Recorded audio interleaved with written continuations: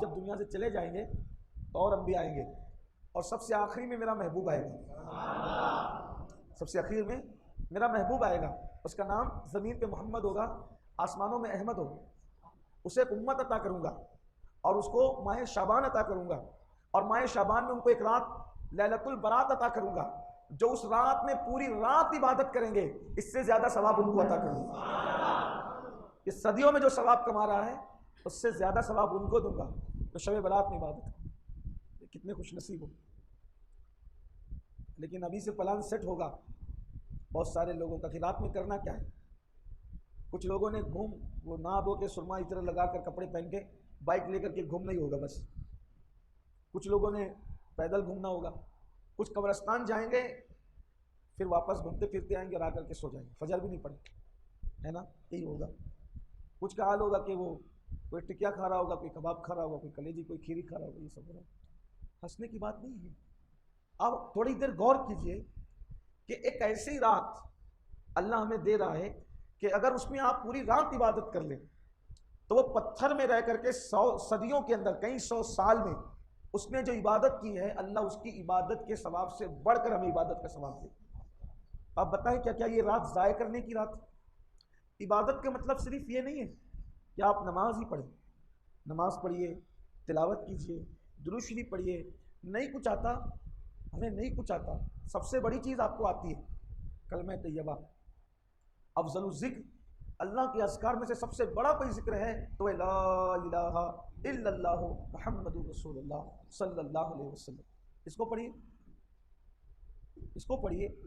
जब कोई बंदा कलेमा पढ़ता है, कलेमा, तो जब वो पढ़ता है ना, ला, इस तरह खींचता है वो, ला, ये लाम अलीफ के अलीफ को जब वो खींचता है, ला, सिर्फ ये अलीफ खींचने पर, सिर्फ अलीफ खींचने पर अल्लाह उसको 4000 नेकियां अता फरमाता। खींच के पढ़ने पर बस, जो अलीफ खींचे उसको इतना सवाब है, पूरा कलमा पढ़ने वाले को क्या सवाब। बड़ी नेमतें उसकी, उसके करम में कोई कमी नहीं, हमारी तलब में कमी है, उसके अता में कोई कमी नहीं। नहीं कुछ आता, कलमा पढ़ो, अस्तगफिरुल्लाह अस्तगफिरुल्लाह पढ़ो, सुभान अल्लाह अल्हम्दुलिल्लाह पढ़ते रहिए, दुआ करो, खूब दुआ मांगो। जैसे सूरज गुरूब होता है 14 तारीख का, शाबान की 14 का सूरज गुरूब होता है, तो अल्लाह पहले आसमान पे तजल्ली करता है जैसा कि उसकी शान। तजल्ली करने का मतलब अब लोग नहीं समझते, तो हमारे आम फहम जो समझाने वाले वैसा कहते हैं कि अल्लाह अपनी शान के मुताबिक पहले आसमान पे आता है, हालांकि वो आने जाने से, चलने फिरने से पाक है। वो इन लोग समझाने के लिए इसी बात करते हैं कि उसकी तजल्ली होती है, उसके नूर की तजल्ली होती है, और पहले आसमान पे नुज़ूल जलाल फरमाता है, तजल्ली फरमाता है, और फिर वो कहता है मेरे बंदो तुमको जो मांगना है मुझसे मांगो, मैं तुम्हें अता करूँगा।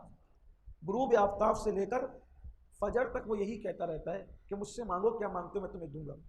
अब जब वो खुद कह रहे हैं कि मुझसे मांगो क्या मांगते हैं मैं तुम्हें दूंगा, और हम लोग घूम रहे होते हैं, खा पी रहे होते हैं, सो गए होते हैं, कितनी जफाकारी है कि सखी कह रहा है, जव्वाद कह रहा है, ए भिखारियों आज हमने अपने खजाने के मुंह खोल दिए, क्या मांगना है मांगो। बल्कि कहता है रोजी मांगना है मांगो मैं तुम्हें दूंगा, औलाद मांगना है मांगो मैं तुम्हें दूंगा, सेहत मांगना है मांगो मैं तुम्हें दूंगा, जो तुम मांगोगे मैं तुम्हें दूंगा। और फिर कहता है इन्नल्लाह ला युखलिफुल मियाद, कि बेशक अल्लाह का वादा कभी झूठा नहीं होता, वो सच्चा वादा है, उसका वादा सच्चा है। तो जब मांगने का वक्त है तो हम गायब हो जाते हैं, औरों से मांगेंगे। कारपोरेटर अगर कहे ना कि मुझे वोट दो मैं ये काम कर दूंगा, तो उस पर यकीन कर लेते हैं कि ये कर देगा। झूठों पे, मक्कारों पे, अपने जैसे इंसानों पे यकीन करते हो, और उस सच्चे खुदा पर कब यकीन करोगे। और फिर मांगते भी है तो मांगने का तरीका ही नहीं पता है, इधर देखा उधर देखा, अल्लाह ये दे अल्लाह वो दे।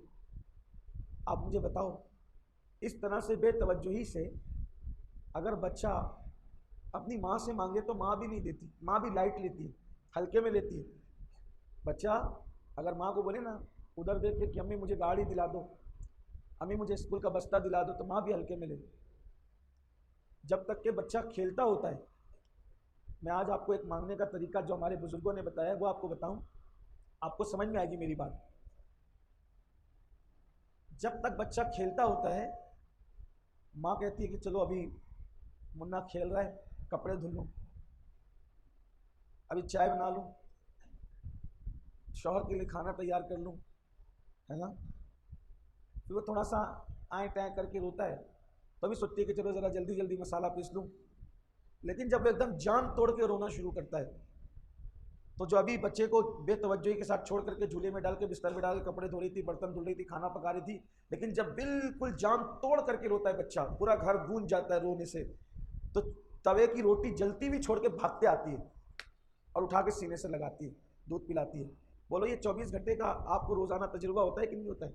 जिनके घर में बच्चे हैं उनको ये तजुर्बा है कि जब बच्चा जान तोड़ कर रोता है तो माँ दौड़ कर आती है, वो रोटी जली तो जली, पत्थर के ऊपर कपड़े पड़े तो पड़े, वॉशिंग मशीन के अंदर कपड़े पड़े तो पड़े, जो नुकसान होता है होता रहे, बिल्ली दूध पी रही है तो पीती रहे, मसाले में कुत्ता मुंह डाले तो डालता रहे।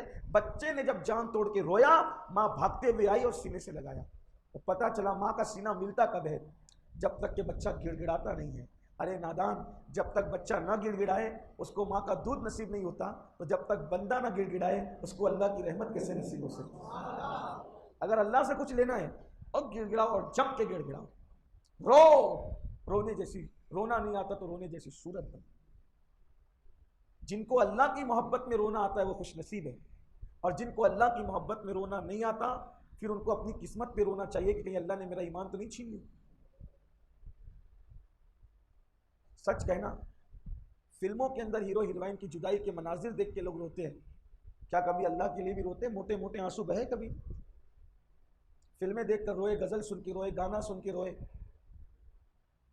कोई इमोशनल कहानी सुन के रोए, सब बहुत रोया। दोस्तों से बिछड़ने पे रोए, नाना की मैयत पे रोए, दादा की मैयत पे रोए, कभी अल्लाह के लिए भी रोया? हदीस पाक में आता है कि जो अल्लाह के लिए मक्खी के सर के बराबर भी किसी की आंख से आंसू निकलता है, अल्लाह उसके चेहरे पे जहन्नम की आग को हराम फरमा देगा। और टाइम पूरा हो रहा है, तो मैं आपसे बस इतना ही आज कहना चाहूँगा कि आज की रात मांगने की रात, खूब मांगो और अल्लाह से यकीन से मांगो, गिड़गिड़ाओ, आपका जो मसला हो वो अल्लाह की बारगाह में रखो। कोई मसला ऐसा नहीं है जो मेरा अल्लाह हल नहीं कर सकता, हर मसले का हल उसके यहाँ। और कुछ लोग मायूस हैं, मायूसी कुफ्र है। कुछ लोग कहते हैं मौलाना हम गुनहगार हैं। हम क्या हैं? गुनहगार हैं। हमें अल्लाह क्या देगा, वो हमारी क्या सुनेगा? ये कुफ्र है, कुफ्र। मायूस होना कुफ्र है। अल्लाह जैसे नेकों की सुनता है वैसे वो हम गुनहगारों की भी सुनता है। जैसे वो नेकों का खुदा है वैसे वो हम गुनहगारों का भी खुदा है।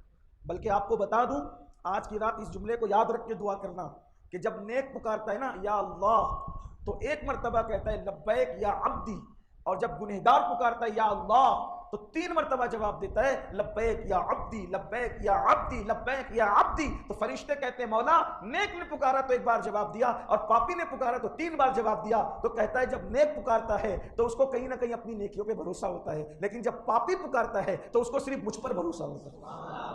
तो जो सिर्फ मुझ पर भरोसा करके पुकारे तो फिर उसको 3 ही बार जवाब दो। तो अल्लाह को पुकारो, गिड़गिड़ाओ। अपने मसाइल आप सब जगह रखते हो, अल्लाह के यहाँ रख के देखो, उसके यहाँ गिड़गिड़ा के। अल्लाह की कसम खा के अल्लाह के घर में कहता हूँ, ना पूरा हो तो फिर कहना। दुआ मांगने के लिए नेक होना ज़रूरी नहीं है, दुआ मांगने के लिए अल्लाह पे यकीन होना ज़रूरी है। वही दुआ कबूल होती है जो यकीन के साथ मांगी जाती है। वक्त होता तो मैं आपके सामने बताता कि अल्लाह तो काफिरों की दुआ भी सुनता है, वो काफिरों को भी देता है। जो काफिरों को देता हो क्या वो मोमिनों को नहीं देगा? एक बात आपको बताऊं, बनी इसराइल का वाक़या है। बनी इसराइल में काफिर था, उस पर मुसीबत आ गई। देखो कभी कभी मुसीबत भी रहमत होती है। बनी इसराइल में काफिर था, उस पर मुसीबत आ गई, और मुसीबत आई तो इतना परेशान हुआ कि मसला कहीं हल होता नहीं था। तो उसने क्या किया, वो यहूदियों के इबादत खाने में गया, वहाँ उसने पुकारा जिनको वो पुकारते हैं, कोई जवाब नहीं आया।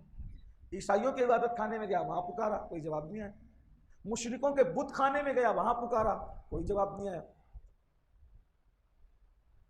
तो जो अहले ईमान थे उनमें से किसी ने कहा अल्लाह को पुकार, अल्लाह को पुकार।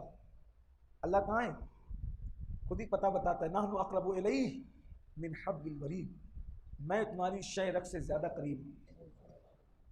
अल्लाह फरमाता है मैं तुम्हारी शय रग से ज़्यादा करीब हूँ।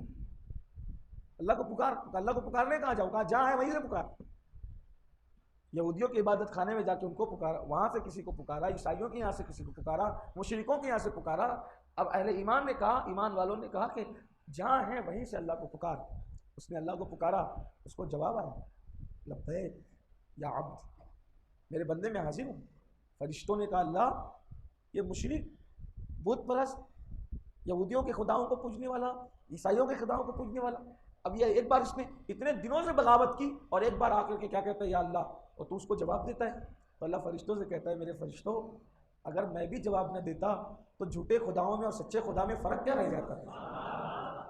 ये मेरा अल्लाह है, हमारा खुदा ही है, लेकिन हम उससे बगावत करते हैं। बोलो, कर रहे हैं कि नहीं? उसी का खाते हैं, उसी का दिया पहनते हैं, उसी का बरसाया हुआ पानी पीते हैं, उसी की ज़मीन पे रहते हैं, सारी नेमतें उसकी इस्तेमाल करते हैं और उसी की नाफरमानी करते हैं।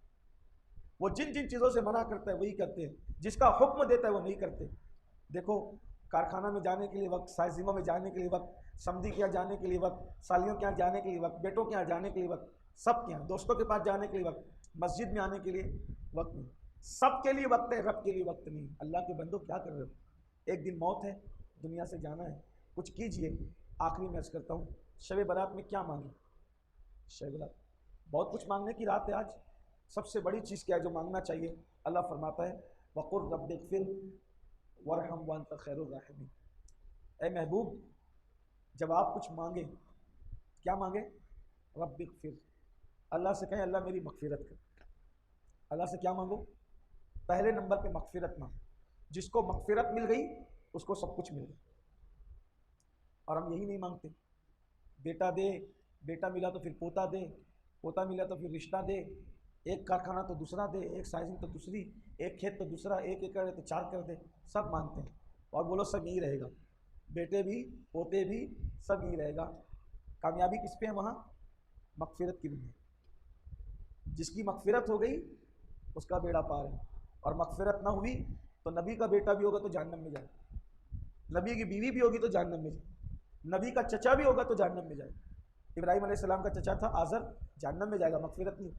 नूह अलैहिस्सलाम का बेटा था किनान, मग़फ़िरत नहीं होगी तो जहन्नम में जाएगा। लूत अलैहिस्सलाम की बीवी थी, मग़फ़िरत नहीं होगी तो जहन्नम में जाएगी। आप सोचो, नबी की बीवी, नबी का बेटा, नबी का चचा, अगर मग़फ़िरत नहीं हो तो जहन्नम में जा रहे हैं, तो हम कौन हैं? हमारी क्या औकात है? इसलिए अल्लाह से मग़फ़िरत मांगो, बख्शिश मांगो। जिसकी मग़फ़िरत है उसी का सब कुछ है। हज़रत उवैस करनी, आपकी आदत थी, हज़रत उवैस करनी की आदत थी कि वो कपड़े नहीं पहनते थे, यानी सिला कर जैसे हम पहनते हैं ऐसे नहीं पहनते। एक पैजामा या लुंगी उनकी होती थी, ऊपर से कंबल ओढ़ते थे, और कंबल फट जाता था तो कपड़ा ख़रीदने के लिए उनके पास पैसे नहीं होते थे। जितने पैसे थे कमाते थे वो उठ चढ़ा के वो सब माँ पे खर्च कर देते थे। तो कंबल फट गया, लुंगी फट गई, पाजामा फट गया, तो वो कचरे की कुंडी पे जाते थे, और कचरे की कुंडी पे जाकर वहाँ से जो लोग फटे पुराने कपड़े फेंक देते हैं वो उसको उठाते थे, धोते थे, और धो के फिर उसमें पेवन लगा लेते, जो उनकी ज़िंदगी की। एक दिन वो कपड़ा ढूंढने के लिए कचरे की कुंडी पे गए, हमारे मालेगांव की ज़बान पे खल्ले पे गए, कपड़ा फटा पुराना ढूंढने के लिए खल्ले पे गए। तो खल्ले पर जब गए तो वहाँ कुत्ता था, और कुत्ता कुछ ढूंढ रहा था, उसमें खा रहा था। तो जैसे ही ये खल्ले पे पहुँचे तो कुत्ते ने भौंकना शुरू किया हज़रत उवैस करनी को। तो आपने फरमाया कि ए कुत्ते, मुझ पे मत भौंक, मुझ पे मत भौंक, तेरी किस्मत का तुझे मिलेगा और मेरी किस्मत का मुझे मिलेगा। जो तेरी ज़रूरत है मैं वो लेने तो आया नहीं, तू तो हड्डी चमड़ा ही ढूंढ रहा होगा उसमें, और मुझे उसमें से कपड़ा ढूंढना है पेवन लगाने की। जो तेरी किस्मत का है वो तुझे मिलेगा, और जो मेरी किस्मत का है वो मुझे मिलेगा। अब रही बात कि अफजल कौन है, तू अफजल है या मैं अफजल हूँ, इसका फैसला आज नहीं हो सकता। इसका फैसला कब होगा? क़यामत के दिन। तवज्जो करना, बुजुर्गों की फ़िक्र क्या थी। उवैस करनी कहते हैं तू अफजल है या मैं अफजल हूँ, इसका फैसला आज नहीं होगा, क्योंकि तू, जिसने मुझे बनाया उसने तुझे बनाया, जिसने तुझे बनाया उसने मुझे बनाया। तू भी मखलूक, मैं भी मखलूक, है ना? यही तो है। तो अब अफजल कौन, कुत्ता या उवैस? ये कौन कह रहा है? उवैस करनी। हालांकि कोई छोटा मोटा आदमी नहीं है। हुजूर अपने सहाबा जिसके पास भेज करके कहे कि उससे कहना मेरी उम्मत के लिए दुआ करे। जब उवैस मेरी उम्मत के लिए दुआ करेगा तो अल्लाह उसकी दुआ से मेरी उम्मत की मगफिरत करेगा। अल्लाह के रसूल जिससे दुआ करवा रहे हैं उसकी फिक्र क्या है? कहते हैं कि कुत्ते मुझ पे भौंक मत, तेरी किस्मत का तुझे मिलेगा, मेरी किस्मत का मुझे मिलेगा। रही बात कि अफजल कौन है, तू है या मैं, इसका फैसला आज नहीं होगा, इसका फैसला क़यामत में होगा। अगर क़यामत में उवैस करनी की मग़फ़िरत हो गई तो तुझसे अफजल उवैस करनी होगा, और अगर उसकी मग़फ़िरत ना हो सकी तो उवैस से अफजल फिर तू होगा। मग़फ़िरत इतनी बड़ी चीज़ है, मग़फ़िरत इतनी बड़ी चीज़ है कि उवैस करनी कहते हैं अगर मेरी मग़फ़िरत हो गई तो मैं अफजल हूँ, और अगर मग़फ़िरत ना हुई तो मैं कुत्ताबाजी ले। नाज़रीन इकराम, इसी तरह के और वाक़ियात और बयानात सुनने के लिए चैनल को सब्सक्राइब करें, बेल आइकन को दबाएं ताकि अगले आने वाले वीडियो का नोटिफिकेशन तुरंत आपके पास पहुंच जाए।